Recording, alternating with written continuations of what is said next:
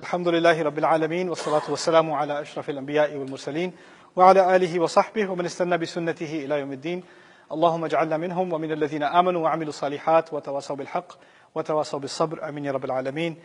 حسب معمول آپ کے سامنے میں سورت کے نظام کے بارے میں بھی کچھ باتیں پیش کر دوں. سورت کے مضامین کی ترتیب کچھ یوں ہے. اللہ تعالیٰ نے اپنے نام کا پہلے ذکر کیا تھا الرحمن، اس سے باقی تمام سورت کا ایک فلیور بن گیا تھا.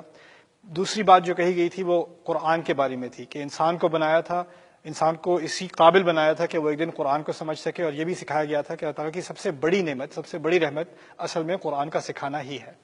اس کے بعد تیسری بات، لمبا ایک سیکشن ہے سورت کا جس میں اللہ تعالیٰ نے خلق کے بارے میں بات کی ہے. یعنی نہ صرف کہ ہمیں بنایا گیا، پودے، پھل، سمندر کے بارے میں بات آئی، کشتیوں کے بارے میں بات آئی، موتیوں کے بارے میں بات آئی، وہ تمام خلق ہی کا ایک سیکشن ہے جس کے بارے میں اللہ تعالیٰ کی رحمت کا ایک مظہر ہے.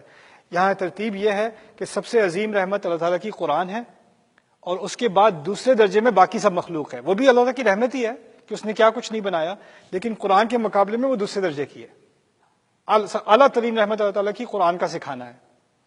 اس کے بعد اللہ تعالیٰ نے سزا کا ذکر کیا ہے. سزا دو حصوں میں تقسیم ہے، ایک طرف یوم القیامہ اور دوسری طرف جہنم. وہ ایک سے دوسرے کی طرف بات نکل جاتی ہے. پہلے کہا تھا اپنے آپ کو وہ فارغ کریں گے دونوں بڑی بڑی بھاری تعدادوں کے لیے. سنفرغ لکم ایھا الثقلان فبأی آلاء ربکما تکذبان. پھر اس کے بعد آگے مزید بات کی تھی کہ کہاں بھاگو گے، کہاں نکلو گے. لا تنفذون الا بسلطان، کون سے بارڈر کراس کر لو گے اس کی اجازت کے بغیر، اس کی سلطان یعنی اس کی اتھارٹی کے بغیر. پھر بتایا گیا تھا کہ اس دن تو پوچھنے کی بھی ضرورت نہیں پڑے گی، لوگوں کی شکل سے پتہ چل جائے گا کیا صورتحال ہے. جانوروں کی طرح یہاں بیہیو کیا تھا، جانوروں کی طرح ان کے ساتھ وہاں سلوک کیا جائے گا، وہ بات آئی تھی. پھر بعد میں فَيُؤْخَذُ بِالنَّوَاصِي وَالْأَقْدَامِ فَبِأَيِّ آلَاءِ رَبِّكُمَا تُكَذِّبَانِ. اس کا سارا خلاصہ میں نے ایک ہی لفظ سے کر دیا کہ سزا ملے گی. اس کے بعد پھر پہلی دو جنتوں کا ذکر ہے. وَلِمَنْ خَافَ مَقَامَ رَبِّهِ جَنَّتَانِ. ان جنتوں کی کچھ ڈسکرپشن کے بعد ایک اگلا مرحلہ آتا ہے دو اور اعلیٰ جنتوں کا. وَمِن دُونِهِمَا جَنَّتَانِ مُدْهَامَّتَانِ فَبِأَيِّ آلَاءِ رَبِّكُمَا تُكَذِّبَانِ فِيهِمَا عَيْنَانِ نَضَّاخَتَانِ. یعنی مزید فیسس کے ساتھ، مزید انٹینسٹی کے ساتھ اگلی دو جنتوں کے بارے میں بات کی گئی ہے.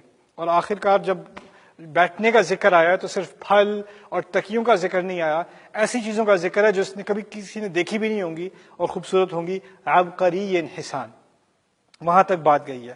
اور پھر آخر بات اللہ تعالیٰ نے کی ہے کہ اس کا نام برکت سے بھرا ہوا ہے. تبارک اسم ربک ذی الجلال والاکرام. یہاں پر ایک دو چیزیں نوٹ کرنے کی ہیں. پہلے تو شروع اور آخر کا آپس میں تناسب. پہلے اللہ تعالیٰ کا ایک نام سے سورت شروع ہوئی ہے اور آخر میں جا کر اللہ تعالیٰ نے اپنے مبارک نام کی طرف اشارہ کیا ہے. تو آپ کو ان دونوں چیزوں کا کنیکشن ایک دم سے نظر آ جانا چاہیے. دوسرا اس صورت میں جو ہوا ہے بہت خوبصورتی سے اللہ تعالیٰ نے کیا ہے، وہ یہ ہے کہ بات ہوئی تھی شروع اللہ تعالیٰ کی عظیم رحمت سے. اس کے بعد اس دنیا میں اس کی سب سے عظیم رحمت کیا ہے؟ قرآن. اس سے کم درجے میں رحمت کیا ہے؟ خلق، تمام خلق یعنی یہ دنیا. اور اگر ہدایت نہیں پائے تو اس سے اور کم رحمت کیا ہوگی؟ سزا. رحمت کم ہوتی جا رہی ہے. نوٹس کر لیں، الرحمن سے بات شروع ہوئی، قرآن اس کی سب سے اعلیٰ رحمت، اس سے کم رحمت اس دنیا میں. رحمت کہاں ختم ہو گئی؟ آ کر نیچے آ کر ختم ہو گئی. اب وہاں سے بات آگے پھر بڑھ رہی ہے، دو جنتیں، رحمت دوبارہ شروع ہو گئی، اس سے آگے مزید رحمت اور دوبارہ ایک درجہ اوپر، اور پھر واپس آ کر دوبارہ نام کی طرف اشارہ. یعنی نیچے ایک ڈپ آتا ہے اور پھر بات آگے بڑھ جاتی ہے.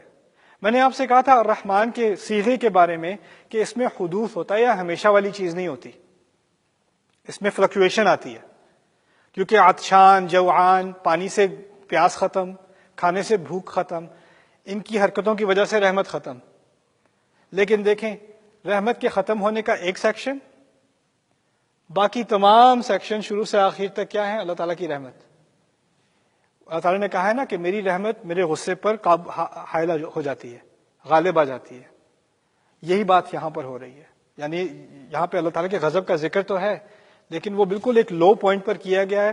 اس کے علاوہ پوری بات جو آگے ڈسکرائب کی گئی ہے وہ اسی بات کی طرف اشارہ ہے کہ اصل اللہ تعالیٰ نے اپنی خلق میں جو اس کا اپنا اس کی اپنی فطرت ہے، فطرت اللہ التی فطر الناس علیہا، وہ رحمت ہی ہے. وَلِذَلِكَ خَلَقَهُمْ. اس نے رحمت دینے کے لیے ہی، محبت کرنے کے لیے ہی انسان کو بنایا تھا. اب یہاں ایک اور انٹرسٹنگ بات یہ ہے کہ یہاں پر جو ترتیب دی گئی ہے، یہ شروع اور آخر کو ذرا چھوڑ دیں ایک سیکنڈ. قرآن کی بات، اس کے بعد خلق کی بات، اس کے بعد سزا کی بات یعنی قیامت اور جہنم کی بات، اس کے بعد 2 جنتیں اور اس کے بعد 2 مزید اعلیٰ جنتیں. یہ ہے سورت نمبر 55. اس سے اگلی سورت، میں اشارے کے طور پہ بات کر رہا ہوں آپ سے، اس سے اگلی سورت ہے سورۃ الواقعہ، اذا وقعت الواقعہ. اس کا بھی ایک انٹرو سیکشن ہے اور ایک کنکلوڈنگ سیکشن ہے، اس کو ذرا چھوڑ دیں. اس کے علاوہ بات ہوگی السابقون السابقون. السابقون السابقون، سب سے پہلے، سب سے اعلیٰ درجے کے لوگ. مجھے یہ بتائیں سب سے اعلیٰ درجے کے لوگ کون سی جنت کے مستحق ہیں؟ اعلیٰ جنت کے. یعنی یہاں بات ختم ہو رہی ہے، اگلی صورت میں پہلی بات ہے اس جنت میں جائے گا کون. اس کے بعد ذکر ہے سیدھے ہاتھ کے لوگوں کا، اصحاب الیمین ما اصحاب الیمین. اچھا، سابقون کے لیے تو اعلیٰ جنت، پھر یہ جنت کس کے لیے؟ باقی لوگوں کے لیے جو کہاں کے ہیں، سیدھے ہاتھ کے لوگ ہیں. اس کے بعد اس صورت میں ذکر ہے الٹے ہاتھ کے لوگوں کا، وہ کہاں جائیں گے؟ وہ یہاں جائیں گے. پھر کہا ہے افرأیتم الماء الذی تشربون، تم نے کبھی اپنے پانی کو دیکھا ہے؟ تم نے کبھی اپنی کھیتی کو دیکھا ہے؟ تم نے اپنی خلقت کو دیکھا ہے؟ کیا بات ہو رہی ہے؟ خلق. پھر کہا ہے فلا اقسم بمواقع النجوم وانه لقسم لو تعلمون عظیم انه لقرآن کریم فی کتاب مکنون لا یمسہ الا المطہرون. میں ان ستاروں کی گرنے کی قسم کھاتا ہوں، یہ ایک بڑا عظیم قرآن ہے، ایک کریم قرآن ہے جو اوپر کتاب مکنون میں ہے. کس کی عظمت کی بات ہو رہی ہے؟ قرآن کی. 5 مضامین اس سورت کے اس آرڈر میں ہیں. 5 مضامین اگلی سورت کے اسی ریورس آرڈر میں ہیں. اسی کو ریویو کیا گیا دوسرے الفاظ میں. It's so beautiful. پھر مزے کی بات، اس سے پچھلی سورت سورۃ القمر ہے. اس سے پچھلی سورت ہے سورۃ القمر، اقترب للناس حسابهم وانشق القمر. وہ سورت ختم ہوتی ہے عند ملیک مقتدر، یعنی جنت میں لوگ ایک بڑے عظیم بادشاہ کے اور بڑے قدرت والے بادشاہ کے بالکل برابر میں بیٹھے ہوں گے. وہاں بات ختم ہو رہی ہے سورۃ القمر کی.